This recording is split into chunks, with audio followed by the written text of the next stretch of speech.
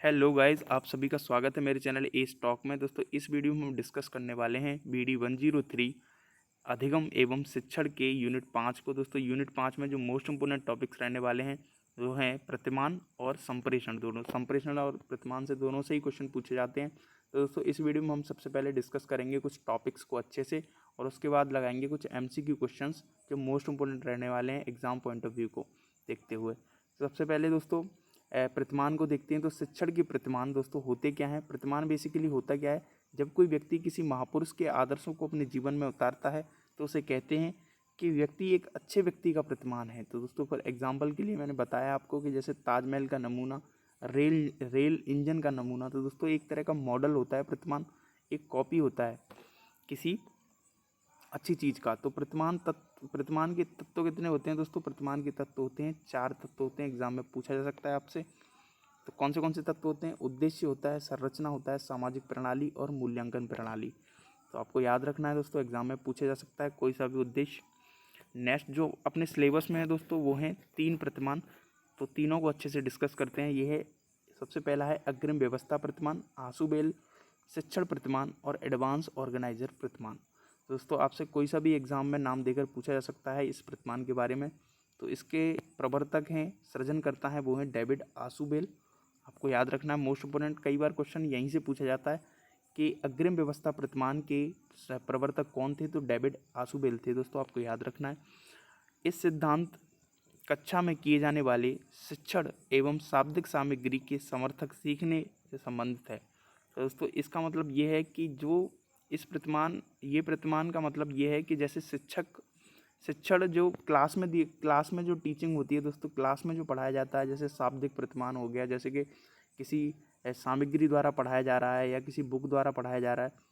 तो इस प्रतिमान का मतलब ये है कि सीधे सीधे कोई भी क्लास में पढ़ाई होती है उस चीज़ का इस अग्रिम व्यवस्था प्रतिमान में कंसीडर करते हैं उसको। जैसे रटकर सीख सकता है, जैसे रटकर सीख सकता है। अर्थपूर्ण मतलब किसी टॉपिक के बारे में उसका अर्थ निकाल के सीखना, या अभिग्रमण द्वारा सीखना। तो अभिग्रमण द्वारा सीखना मतलब होता है दोस्तों किसी सामग्री जैसे पाठ्य पुस्तक द्वारा। अन्वेषण द्वारा मतलब किसी एग्जाम्पल दे के, किसी खेल के मॉडल में बना के, या फिर किसी ऐसे टॉपिक को मतलब किसी एग्जाम्पल दे के समझाना। तो अन्वेषण द्वारा सीखना। अब दोस्तों, मूल्यांकन पद होता है इसका। जो मूल्यांकन पद में क्या किया जाता है? तो इसमें ये देखा जाता है मूल्यांकन में कि कितना ज्ञान अर्जन हुआ बच्चे का। तो मूल्यांकन आपको याद रखना है कि इसके मूल्यांकन में ये नापा जाता है कि ज्ञान अर्जन कितना हुआ बच्चे का बेसिकली। तो आपको याद रखना है दोस्तों, अग्रिम व्यवस्था प्रतिमान क्लास में जो सिखाया जाता है, क्लास के द्वारा जो पढ़ाई होती है उस चीज़ के बारे में है। डेविस आशुबेल ने बताया इसको। अब नेक्स्ट जो प्रतिमान है वो है दोस्तों प्रशिक्षण परीक्षा प्रतिमान या पूछताछ प्रशिक्षण प्रतिमान। दोस्तों, इसके नाम से ही पता चल रहा है कि पूछताछ से रिलेटेड है ये। तो रिचर्ड सचमैन ने इसको प्रवर्तक हैं दोस्तों, आपको याद रखना है, रिचर्ड सचमैन ने इसको दिया है। और कब दिया दोस्तों? ये 1962 में अमेरिका के एकनियास विश्वविद्यालय में दिया गया। तो दोस्तों, इसका मतलब ये है इस प्रतिमान का कि वैज्ञानिक पूछताछ के विश्लेषण द्वारा नवीन ज्ञान, ये कान नहीं है दोस्तों, ये ज्ञान है, ये मिसप्रिंट हो गया है। तो नवीन ज्ञान प्रदान करने के लिए उपयोग किया जाता है इसका। दोस्तों, ये वैज्ञानिक पूछताछ के द्वारा जो नवीन ज्ञान प्रदान किया जाएगा इस प्रतिमान के अंतर्गत। जैसे कि ज्ञान, इसमें मुख्य उद्देश्य ये है कि ज्ञानात्मक कौशल विकास करना बच्चे का, आंकड़ों की खोज करना, संपत्ति एवं कारणों के संबंधों को समझने में विकसित करता है, और छात्रों में बौद्धिक क्षमता का विकास करता है। दोस्तों, ये मूल्यांकन पद में, इसके मूल्यांकन पद में चिंतन शक्ति और तर्क शक्ति को नापा जाता है दोस्तों। तो बेसिकली रिसर्च से संबंधित है ये वाला प्रतिमान, आपको याद रखना है। पूछताछ प्रतिमान के नाम से भी जाना जाता है। इसके जो प्रवर्तक हैं वो रिचर्ड सचमैन हैं। और आपसे कई बार क्वेश्चन यही पूछा जाएगा दोस्तों कि पूछताछ प्रशिक्षण प्रतिमान किसने दिया? तो रिचर्ड सचमैन ने दिया, आपको याद होना चाहिए। अब नेक्स्ट जो प्रतिमान है वो है मॉन्टेसरी अधिगम प्रतिमान और स्वामित्व अधिगम प्रतिमान। दोस्तों, इसके जो प्रवर्तक हैं वो हैं बेंजामिन ब्लूम। और ब्लूम ने बताया कि बेंजामिन ब्लूम अधिगम के लिए कैसे ऐसे प्रतिमान की कल्पना करते हैं जिसके माध्यम से विषय वस्तु का संपूर्ण स्वामित्व प्रदान किया जा सके। जैसे स्वामित्व सीखना एक दृढ़ और मनोरंजन तरीके से, मतलब जो सीखना है वो मनोरंजन तरीके से या फिर किसी एग्जाम्पल के तौर पर सिखाना बच्चे को इस प्रतिमान के अंतर्गत आता है। तो बेंजामिन ब्लूम है, जो टॉप क्वेश्चन बनेगा दोस्तों वो यहाँ से बनेगा। आपसे बस यही पूछा जाएगा कि इस प्रतिमान के जो प्रवर्तक हैं वो कौन है, तो बेंजामिन ब्लूम है, आपको याद होना चाहिए। अब दोस्तों देख लेते हैं संप्रेषण। तो संप्रेषण दोस्तों क्या होता है, कम्युनिकेशन होता है, संचार होता है।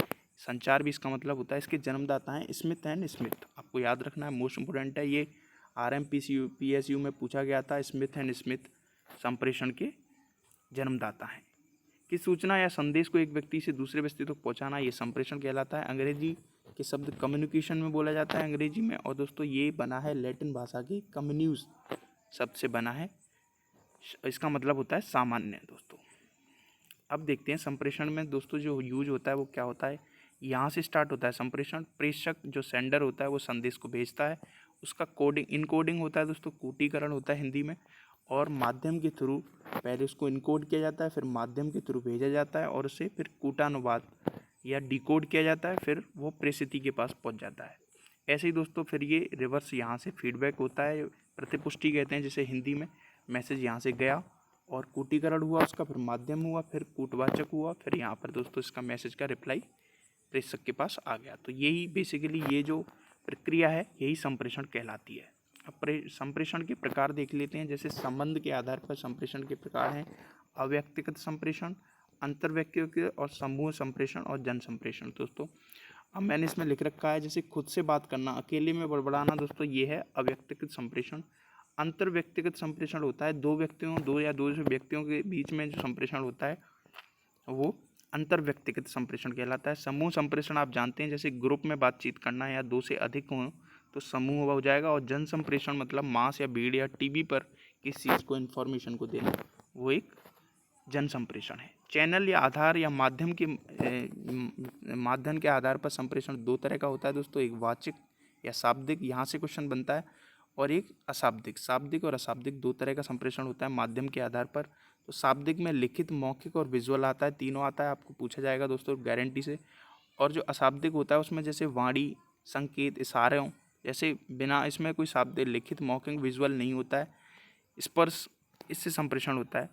प्रकृति के आधार पर दोस्तों औपचारिक और अनौपचारिक होता है। फॉर्मल जैसे औपचारिक होता है काम की बात, संप्रेषण में काम की बात करना तो औपचारिक है, और बिना काम की बात कोई भी बात ऐसी कैजुअली बात करना तो वो एक अनौपचारिक है।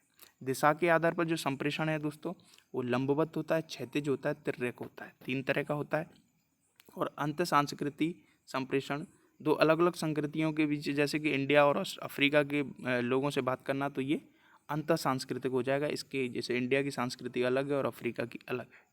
इसमें भी दोस्तों दो तरह का होता है, समूह संप्रेषण, नहीं सॉरी, इसमें छठवां जो नंबर है वो है समूह संप्रेषण। समूह आपको बताया मैंने ग्रुप में बात करना, और कक्षा संप्रेषण जैसे किसी कक्षा में बात करना। दोस्तों ये संप्रेषण के कुछ टाइप थे। क्वेश्चन दोस्तों यहाँ से बनता है शाब्दिक और अशाब्दिक से, तो आपको याद रखना है शाब्दिक में लिखित, मौखिक और विजुअल आते हैं, और अशाब्दिक में दोस्तों संकेत, मुंह, स्पर्श, ये इशारे, इस टाइप का आता है। अब लगा लेते हैं दोस्तों कुछ क्वेश्चंस।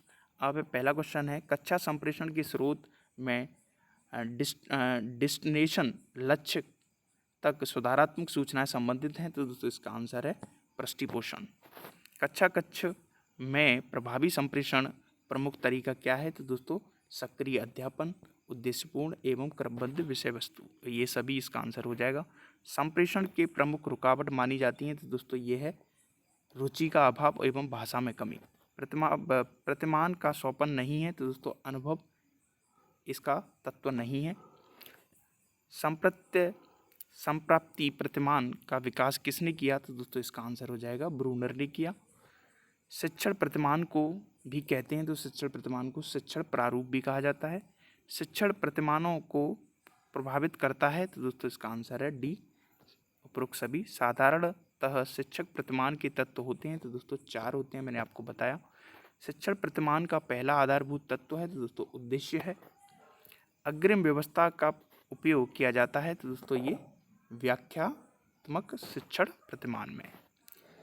एकात्रात्मक शिक्षण व्यवस्था होती है, तो दोस्तों इसका आंसर है अग्रिम व्यवस्था प्रतिमान में। समस्त ज्ञान अनुमानित है, यह मान्यता किस प्रतिमान की है, तो दोस्तों ये है प्रशिक्षण प्रतिमान। व्यक्तिगत भिन्नताओं का सर्वाधिक महत्व दिया, तो दोस्तों इसका आंसर है अग्रिम व्यवस्था प्रतिमान ने दिया। अग्रिम संगठन का प्रयोग किया जाता है, तो दोस्तों इसका आंसर है व्याख्यात्मक शिक्षण प्रतिमान में। शिक्षण एवं अधिगम की समस्या को हल किया जा सकता है, तो दोस्तों इसका आंसर है प्रभावी अधिगम प्रतिमान द्वारा। ब्लूम प्रतिमान है, तो दोस्तों ये प्रजातांत्रिक है, इसका आंसर ए है। शिक्षण प्रतिमान पर पुस्तक लिखी है, तो दोस्तों किसने लिखी है? जॉयस एंड बिल ने लिखी है। पृष्ठा प्रतिमान उपयोगी है, तो दोस्तों किसके लिए? उपरोक्त सभी के लिए। आगमन शिक्षण प्रतिमान के प्रवर्तक हैं, तो दोस्तों इसका आंसर है हिल्दा टावा। शिक्षण प्रतिमान की मान्यता है कि शिक्षक, तो इसका आंसर हो जाएगा सी, कला एवं विज्ञान दोनों। शिक्षण प्रतिमान के तत्व हैं, तो दोस्तों इसका आंसर है सी, लक्ष्य एवं संरचना, सामाजिक प्रणाली एवं मूल्यांकन प्रणाली। कार्य विश्लेषण के स्रोत हैं, तो दोस्तों इसका आंसर हो जाएगा डी, उपरोक्त सभी। निम्नलिखित विधि में एक व्यक्ति प्रयोज्य के बारे में सब कुछ का अध्ययन किया जाता है, तो दोस्तों इसका आंसर है व्यक्तिगत अध्ययन में। वी के पासी ने शिक्षण कौशल कितने प्रकार के बताए, तो दोस्तों इसका आंसर है सी, 13 टाइप के बताए। क्योंकि दोस्तों कुछ क्वेश्चंस ऐसे होते हैं जो एक यूनिट से दूसरी यूनिट में आ जाते हैं। रिचर्ड सचमैन ने किस शिक्षण प्रतिमान का विकसित किया, तो दोस्तों इसका आंसर है पूछताछ या पृष्ठा प्रशिक्षण को। पाठ को रोचक बनाने के लिए कौन सा कौशल महत्वपूर्ण माना जाता है, तो दोस्तों ये प्रस्तावना कौशल। संप्रेषण विचार विनिमय के मूल विचारों एवं भावनाओं को परस्पर जानने तथा समझने की प्रक्रिया है, तो दोस्तों किसने बताया? ये है एंडरसन द्वारा। स्वामित्व अधिगम अनुवर्ग शिक्षण का प्रयोग किया जाता है, तो दोस्तों इसका आंसर है बी, कमजोरी दूर करने के लिए। स्वामित्व अधिगम हेतु शिक्षण का प्रयोग किया जाता है, तो दोस्तों इसका आंसर हो जाएगा ए और बी दोनों, परंपरागत शिक्षण और अनुवर्ग शिक्षण। पृष्ठा प्रशिक्षण प्रतिमान संरचना के तत्व कितनी अवस्थाएं हैं, तो दोस्तों इसका आंसर है 5 अवस्थाएं हैं। पृष्ठा प्रशिक्षण प्रतिमान की सामाजिक प्रणाली में वर्ग का नेतृत्व करता है, तो दोस्तों इसका आंसर हो जाएगा शिक्षक करता है। पृष्ठा प्रशिक्षण प्रतिमान की समस्या चयन किसके निर्देशन के किया जाता है, तो दोस्तों इसका आंसर है डी, शिक्षक के द्वारा। शिक्षक का मूल्यांकन संबंधी भूमिका है, तो दोस्तों इसका आंसर उपरोक्त सभी हो जाएगा। शिक्षण प्रतिमान का आधारभूत तत्व है, तो दोस्तों इसका आंसर डी, संरचना, उद्देश्य, सामाजिक प्रणाली। शिक्षण प्रतिमान की विशेषताएं हैं, तो दोस्तों सारी विशेषताएं हैं शिक्षण प्रतिमान की। विशिष्ट अनुदेशात्मक लक्ष्यों की प्राप्ति के लिए औपचारिक शिक्षक व्यू रचनाओं का प्रतिमान है, यह कथन किसका है, तो दोस्तों ये है पॉल डी एगन का। ब्लूम का स्वामित्व अधिगम प्रतिमान निम्नलिखित सिद्धांतों पर आधारित है, तो ये सक्रिय तत्परता सिद्धांत, स्वगति सिद्धांत और छोटे पदों का सिद्धांत, उपरोक्त सभी हो जाएगा। स्वामित्व शिक्षण प्रतिमान में योग्यता के स्थान पर बल दिया जाता है, तो दोस्तों इसका आंसर है भी, अधिगम उद्देश्य की प्राप्ति पर। अर्थपूर्ण मौखिक अधिगम दिया गया है, तो दोस्तों किसने दिया है? ये आशु बेल ने दिया है। दोस्तों अगर आपको वीडियो अच्छी लगी हो तो प्लीज़ लाइक करो। जब दोस्तों अगर वीडियो पर रेस्पॉन्स आता है तो हमें मोटिवेशन मिलता है, सो प्लीज़ दोस्तों सब्सक्राइब करें हमारे चैनल को ऐसी वीडियो के लिए। Thank you.